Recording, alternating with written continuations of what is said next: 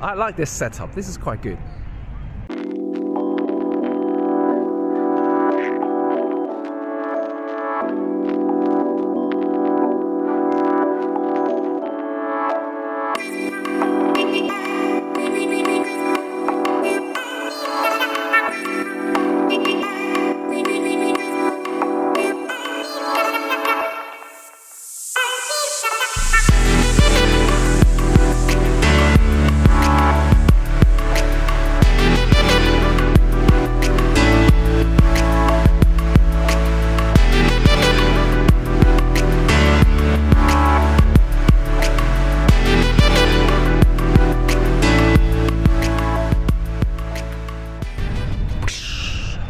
Good morning everyone, and this is my new vlog. What I'm going to talk about today is camera. But before I say anything else, I'm actually testing my brand new vlogging setup. You can see a little bit of fluff here, I might give you away.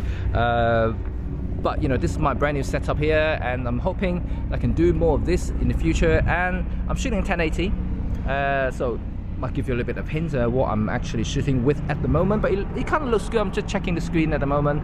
It does look good, but I'm going to talk about all this setup at the end of this video, and also down in the description below. And also give you a big shout out to the guy, my friend, who made this particular lens, and is amazing lens, so you have to check that out. Again, I'm going to put the link down below so you can actually go and see if you want one. Anyway, so let's talk about cameras.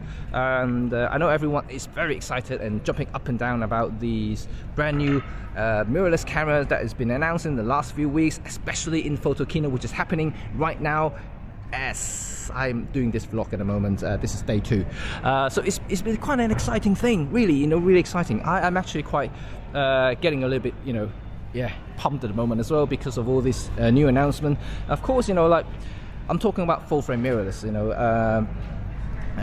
Nikon in the first announced the Z6, then the EOS R, which from Canon, and these are two big boys in the full frame world. You know, they made DSLRs like forever, and they had a big giant ecosystem and fan base in and around the world. So this is going to be quite an interesting thing for now that they're jumping into the full frame mirrorless world. What else though? And of course, you know, the X-T3 is kind of overshadowed by all this brand new full frame camera. But yesterday, Panasonic has finally confirmed the rumor that they had announced their first full frame mirrorless cameras. Yeah, cameras S at the end, because they have released 2 cameras. Essentially, it's more like what they did and what Sony did for the A7 and A7R3, which one is high resolution, one slightly low resolutions.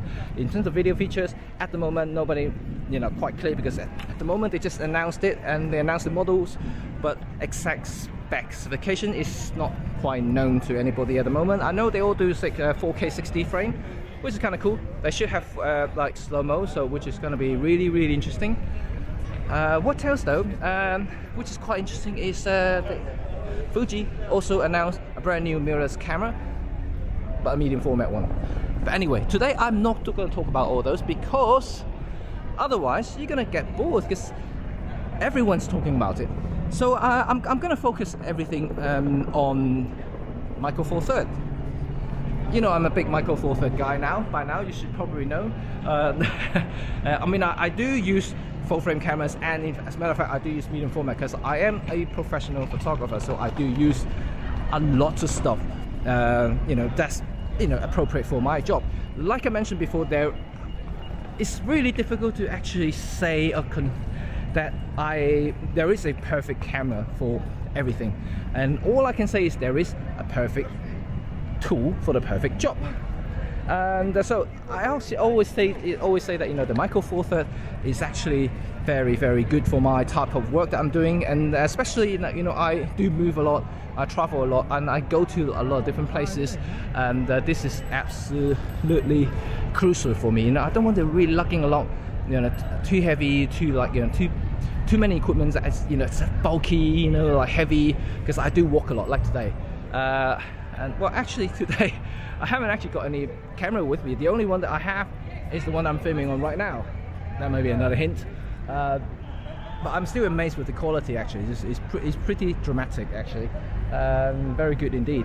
But But what about, you know, the Micro Four Thirds? So ever since Panasonic confirmed the announcement for the, or actually when the rumors starting to float around with regards to their full frame mirrorless camera, they actually, everyone's talking about it. Is Panasonic abandoning the Micro Four Thirds platform?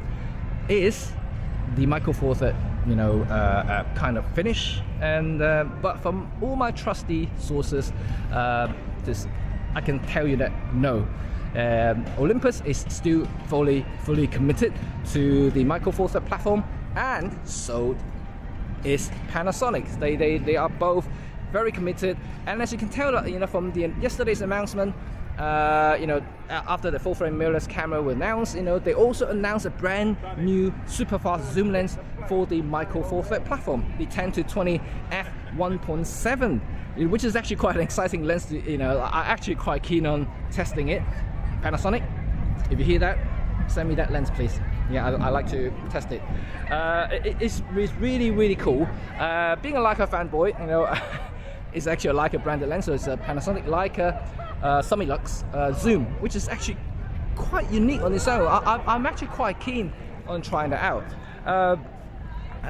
So it's far from finished, and from what I know, you know, Olympus is going to continue developing and investing in the platform, and they have been producing like brilliant cameras, and you know, like, okay, you know, it's not a sales pitch, you know, I do use Olympus gears, and they do support me in many ways, and I do like to use their gear for all kinds of things that I'm doing at the moment, whether it's professional photo shoots or making videos like in this channel, because we film everything using the EM1 Mark II, as you know.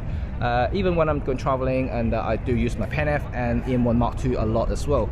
So I do like the form factor, and still, you know, to many people, I must stress, you know, there is no inferior platforms,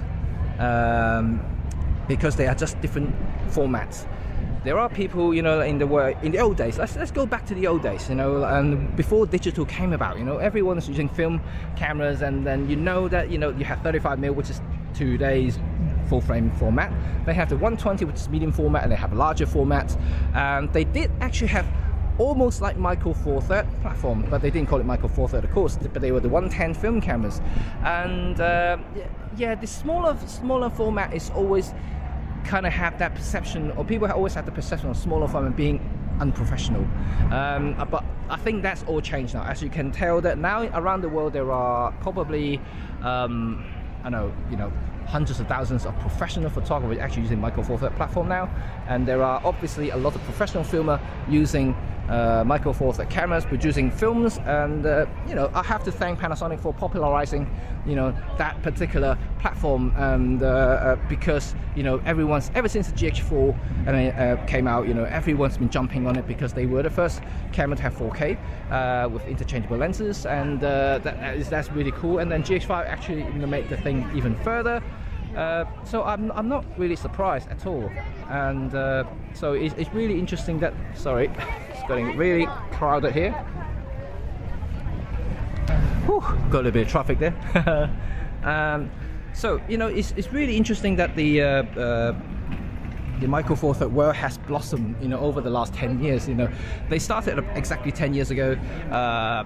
You know, the whole kind of Micro Four Thirds ecosystem has built up nicely. Now there are absolutely tons of lenses to choose from, and you know, it's just really a good platform. And I think ultimately the benefit is still size and weight, because it's not a full frame camera, it's not an APS-C camera either. So, you know, in terms of size of the lenses and the body, they are considerably smaller and lighter for, you know, if you are carrying around, if you move around a lot, which I do, which is still why I think the Micro Four Thirds is still my preferred platform. I use full frame, I use medium format for other jobs.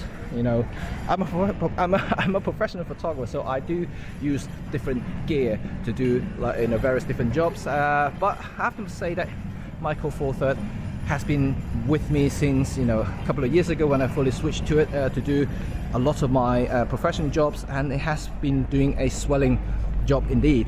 Same as the channel, you know, this particular channel you're watching now, we have filmed everything right from the beginning using the EM1 Mark II. So to to give Olympus credits or give the Micro Four Thirds credits that the you know, it's amazing. You know, I think that the, you know, we kind of grew up with Micro Four Thirds, you know, as a channel, which is I don't know how to explain it. You know, I wouldn't call it emotionally attached to the platform, but it certainly helped us in terms of you know, getting our stuff done. And as you can tell that, you know, I think it's pretty good so far. So this is what I want to talk about today, and just the Micro Four Thirds. So it's far from dead. I'm telling you, it's far from dead. It's actually continued to be developed, and you can see more and more filmmakers and location shooters are using this platform because it's really, really good. I'm not going to basically push you into the Micro Four Thirds. I'm not also telling you to switch from Micro Four Thirds back to full frame or vice versa, just because, you know, like I said, if you need the full frame, if you need the medium format, if you need the Micro Four Thirds, choose the platform that suits you the most. Or, you know, if you're a professional like me, most likely you're gonna have multiple different systems anyway, and just because, you know, there will be time that you'll need something else, like what I'm doing at today. So this is the end of the video. So I'm gonna talk about basically what I'm filming on right now. So as you can tell, that this is kind of got this bulging effect because I am indeed filming using a fisheye lens. So it's actually pretty good, isn't it? I'm just checking all my details again. It's a very, very sharp lens. It works well with what I'm filming on right now. The camera that I'm using at the moment is my brand new iPhone XS Max. You know, the reason I wanted to test it out is because I always think that the front camera of this of any iPhone were a little bit rubbish because the dynamic range was, you know, basically what killed it. Always get like really horrible shiny areas, you know, like blown out highlights and things like that. I still got a little bit there, but it's not too big because I do have a shiny forehead.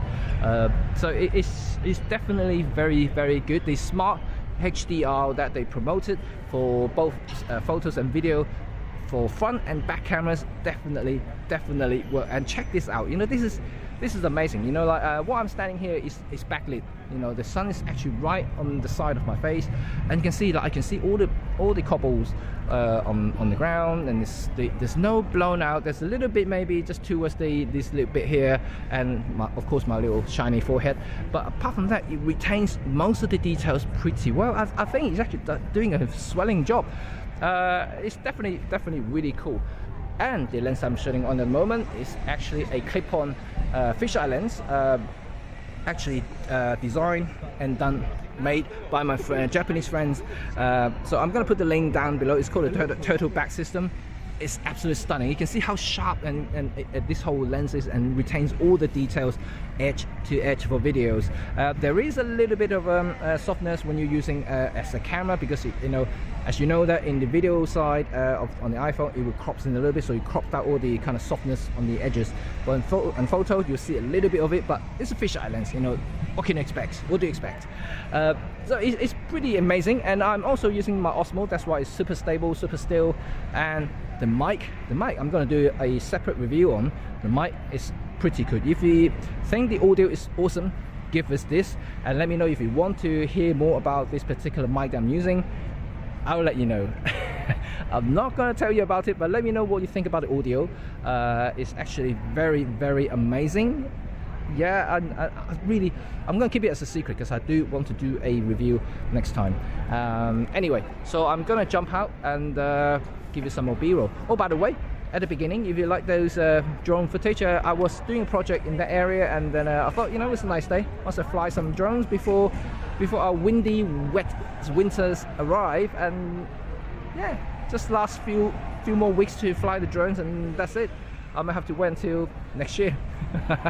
Okay, anyway, have a good day, guys, and then enjoy Photokina, enjoy all the brand new announcements, and get excited, but don't rush. You know, trust me, take your time. Just kind of assess what you need as a photographer or filmmakers, then decide which system is best for you. I know that it's so easy to jump into a brand new system or a brand new product that is, you know, singing all the whistles and everything like that. So it could be pretty good. Anyway, so I will see you guys later. Ciao, ciao.